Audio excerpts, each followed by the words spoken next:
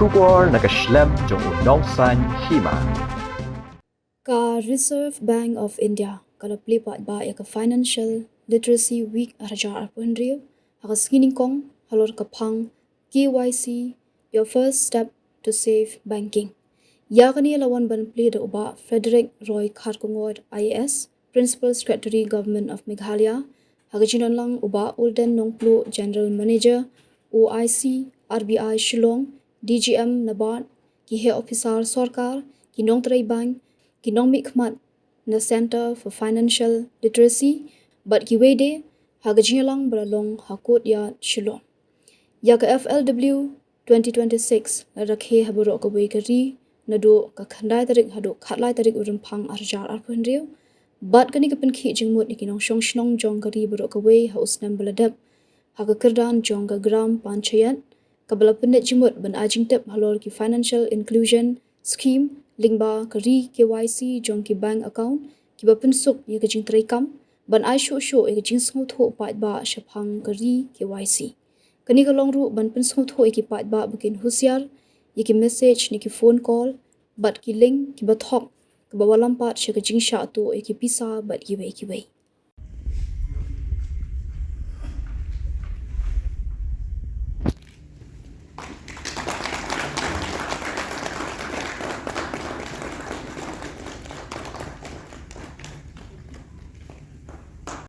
of being associated with you this morning for this very important occasion, which is the launch of the Financial Literacy Week 2026. It is a program in which our Chief Secretary was supposed to have been here, but due to the sudden visit of a team from the Cabinet Secretariat late last evening, Chief Secretary had requested me to be here with you.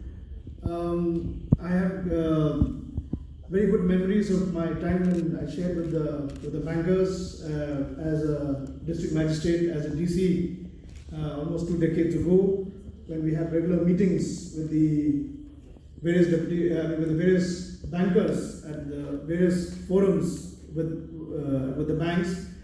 And recently, in my previous assignment as Chief Electoral Officer, also whenever there was a model code of conduct, and we used to have frequent interactions with the bank managers to put in place checks and safeguards during the model code of conduct. But today we are here for a very significant program. So I would like to thank the General Manager and the Officer in Charge of the RBI, Baroh, the DGM of SBI, Mr. Jha, GM of Nabat, the MD and CEO of MCAB, Mr. Osman Nongri, all the bankers who have come from across the city and various agencies. I was also very pleased to be part of the inauguration of the Financial Literacy Week and to also digitally launch very important digital posters that will be disseminated across the length and breadth of the state and will be circulated so as to acquaint and to educate the public at large on the importance of the KYC. The theme this year, which is Know your first step to safe banking, KYC, your first step to safe banking, with the themes of the basics of Know Your Customer, as well as the Central KYC Registry, the CKYC, which is an important tool for building and for ensuring that there is proper account hygiene as well as discipline. Today we live in an age in the midst of many digital frauds. We've heard of the digital arrests, we've heard of phishing, we've heard of many crimes that are taking place in the financial world.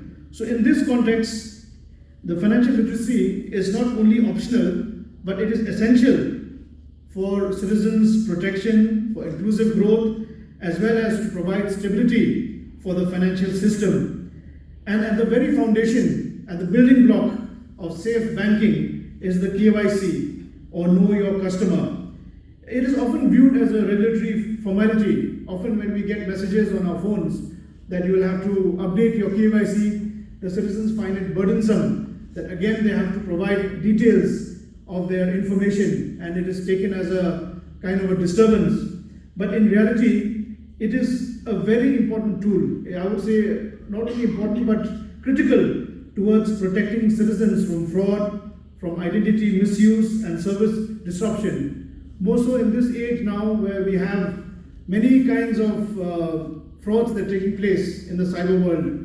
We have AI. AI can be a tool, but it is a double-edged tool. It can be a sword, but it can also be something that protects you, but it can be something that harms you as well. So in this context, KYC assumes maximum importance. And updated KYC ensures uninterrupted access to bank accounts, credit facilities, digital payments, as well as government benefits. We live in an era where maximum government schemes now are DBT, direct benefit transfer. So it's very important that these benefits of the various multiple schemes that are available in the state as well as in the central government go to the right people, and it goes to the deserving beneficiaries. Therefore, we should not see KYC as a burden, but first and foremost as a safeguard for the customer. If we would like to compare, maybe we do not like to go to the hospital to get our medical tests done, our yearly review, but we try to postpone it all the time. But it is so essential for us to go and do our medical review year by year to see how much cholesterol we have, to see how much our sugar levels have shot up, to see the various parameters, the kidney profile, the liver profile. So I would also say that in the financial world, the KYC may seem like a burden, but actually it is so important so that your financial health, the account hygiene, as well as discipline is being maintained, not only maintained, but it's being updated and safeguarded not only once, but on a regular basis. One level above that is the Central KYC Registry, the CKYC, which further strengthens this framework and allows the customer to complete KYC once, and once that is done, it is available all across, in all platforms across financial institutions. So it's that one magical key that unlocks the profile across many platforms. So this reduces duplication, it simplifies procedures, it improves customer convenience, especially for the rural residents, for the migrant borrowers, for the migrant workers, as well as for the small borrowers. Because let's face the fact that paperwork, none of us like paperwork. Whether we are educated or whether we are in the rural areas, everyone finds paperwork increasingly burdensome and something which we can avoid. So something like the CKYC contributes towards easing. We talk about ease of doing business, EODB. So CKYC is one very critical step taken to ensure that there's ease of doing business. And it also allows the customer to do the CKYC only once, and that helps to generate a unique identification number. And this enables the financial institutions to access the same verified KYC records and eliminates the need for repeated KYC documentation. Equally important is account hygiene and financial discipline, something that has been touched upon by Baroh, officer in charge from RBI. And financial inclusion does not stop only at opening an account, but customers are encouraged to keep their accounts active. Many a times, for example, when there is a death in the family or when there is an account that is kept, sometimes the relatives, they lose track of those missing accounts. So it's very important that the customers, they update their contact details, they monitor the transactions regularly, and they avoid sharing of credentials. That is why banks periodically ask you to change your passwords, so that this account hygiene and account discipline is maintained, so that safeguards and protocols are there, so that this itself contributes towards prevention of massive frauds, as well as many other avoidable mishaps in the financial world. So the accounts also improves the credit eligibility, and it ensures smooth access to loans, insurance, as well as welfare schemes. Financial literacy efforts must therefore focus not only on access, but on safe and informed usage, something that Mrs. Sarkar had just touched upon when she opened this program, that we must ensure that we have a safe and informed choice, and this process contributes to that. So in this context, I am also pleased to note that the progress made by Meghalaya in the re-KYC campaign with strong support from banks and financial institutions.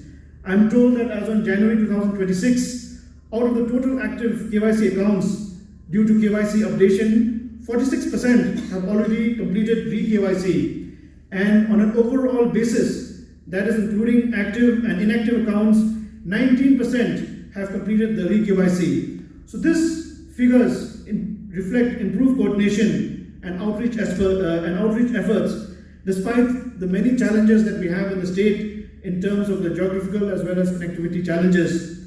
However, I must reiterate that KYC compliance should not be treated as a one-time exercise, but it must continue as an ongoing mission. And in this, I congratulate the RBI and all the stakeholders here for having gathered and for having devoted time and effort towards ensuring that this KYC process gets embedded into the regular banking processes so that no citizen is excluded from this mission, from this effort due to procedural gaps. Another point that I would like to touch upon is the CD ratio. Now, while financial inclusion is progressing, attention must also be devoted towards increasing the CD ratio of the state, which is now just hovering at about 50%.